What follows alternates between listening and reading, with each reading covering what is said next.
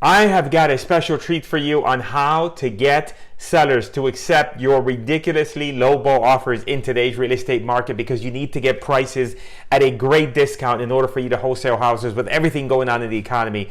And so I've got a call that we're going to just jump into here. It's from a private client call that I have each and every single week. We have many of these where we teach real estate investors how to wholesale houses nationwide using Facebook ads in order to find motivated sellers. And on this call, this particular client was struggling with getting their offers accepted, and I gave him some juice. I gave him some mojo on what to do to get sellers to say yes. And so without further ado, let's just cut right to it. This is a different deal. I offered 65% of value. Guy says, I'm not going to take that piece of shit number, whatever he said. And he said, I got one at I offered 290 or something. And he goes, I've got one at 355. His house is worth like 420 or something, 440.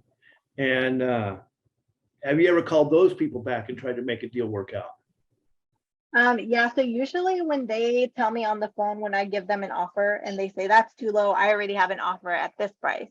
I say, oh, wow, that's really great. Like, is there a reason why you haven't went with that offer? And they'll say, oh, I'm just trying to see if I could get more. Say, okay, like I can offer you more. I can offer you more right now, but that doesn't mean that that's what you're going to get. My offers, I like to tell them my offers that I give you are going to be the amount that you're going to get. I don't like to do price reductions. I don't like to do any of that. A lot of investors will give you a high number and then come back after the inspection and need like a $70,000 price reduction. So I just want you to be aware of that. That's not something that I like to do or how I work, and then just kind of see what they say. But I saw a Fortune article where there's a big drops in some of your bigger martins of house prices. But I think the market's coming for us. I mean, for our type of stuff.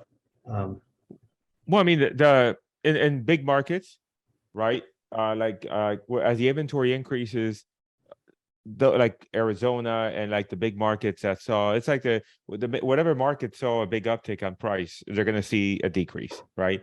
And so you just have to get before you could get marginal deals and be able to sell them.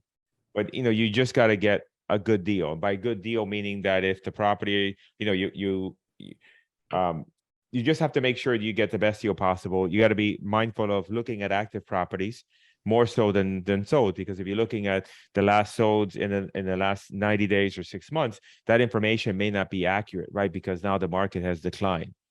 And so in terms of deals and buyers, they're still out there. They just want a better deal. So you just gotta, and the way you get a better deal is, number one is, are you talking to the right prospect that has the right motivation? It's like if I'm talking to you, Rob, I'd be like, Rob, listen, just keep in mind is that the market is declining. Whatever price I give you today, if you come back to me a month from now and now you want to reevaluate it, I may not be able to offer you the same price, because you know that the market is declining. So the price you're going to get from me today is going to be the best price that you're going to get. And tomorrow might be different. And so then now that's where motivation comes in, because now it's like, Rob, is it really important for you to get this done now? Because if you don't get it done now, you potentially might be now stuck with that property for another, couple years at minimum, or you might decide later and then take less money. So that's where the motivation comes in. And like Anissa said, with this guy, I would say you asked surprised, like, oh, wow, somebody offered you 350, an investor offered you 350. That's a really good price. Why did you take that price? I can't, that seems, and then the way that what Anissa said was true, is that you can always say, hey, I hope it's a good offer. I hope they're going to close. I've had a lot of sellers that I've done business with over the last couple of months that they have put the property in the contract with another real estate investor with a price that I didn't even know. I didn't even understand. And next thing you know, they're calling me back a month later and telling me that they never closed, or they try to get a price reduction. And so the way that I work is I try to do my due diligence as best I can up front to give you the price that at least that I can stand by, in 30 days time when it comes time to close. And unfortunately, that doesn't happen all the time. So so you can kind of see doubt in there, but it just depends on the person, on the seller, and also keep in mind is that it could be that maybe that person that they're dealing with, they just didn't trust, like they didn't come across properly to them on the phone, and now they have their doubts. So there's something there. But I was just, the best way to approach those conversations is just to really be open and curious. Rob, why didn't you take that? Is there something that about that offer that is holding you back? Because I can't offer you that. I'm just concerned that they're gonna, come back to you 30 days later and ask you for a price reduction, or tell you 2 days before closing they can't close on the deal, and then now you've put deposits and done all these things. Now you're caught between the rock and a hard place. But you just got to find motivation. Whoever is going to sell now, like always, they got to sell. And you just got to find people that are motivated and want to get the damn thing sold now and not later. The last thing I would say, and this would apply to you, Rob, or everybody else, is that the mindset for you to have is that, like, if I'm talking to you, I'm like, Rob, shit's going down. If you really want to sell this thing, now is the time. Okay. If you don't, it's fine. But if you really want to get it sold, I'm here to help. And it's like, we got to ring the emergency bell because we got to get moving on this. Like, if you think about it, if you have somebody that genuinely needs to sell, they want to, either they're in a situation where they need the money financially, or maybe they're in a situation where, like, hey, my mom's not doing well, I got to move to Florida, whatever that circumstance is you have to tell them that if you really want to get this done, we got to get it done now, right? So there has to be urgency.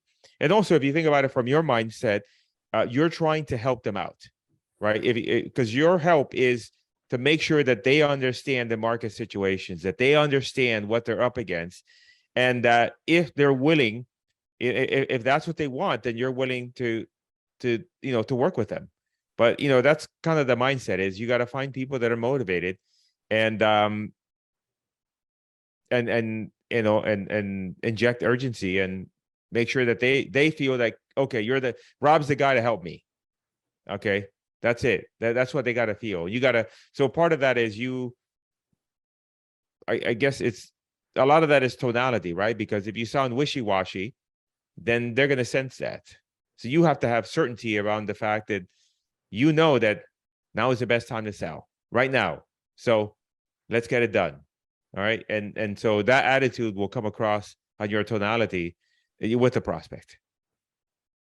If you found this video helpful, make sure that you subscribe to the channel and check out this next video where I reveal step-by-step exactly how we go out and do deals nationwide using online marketing.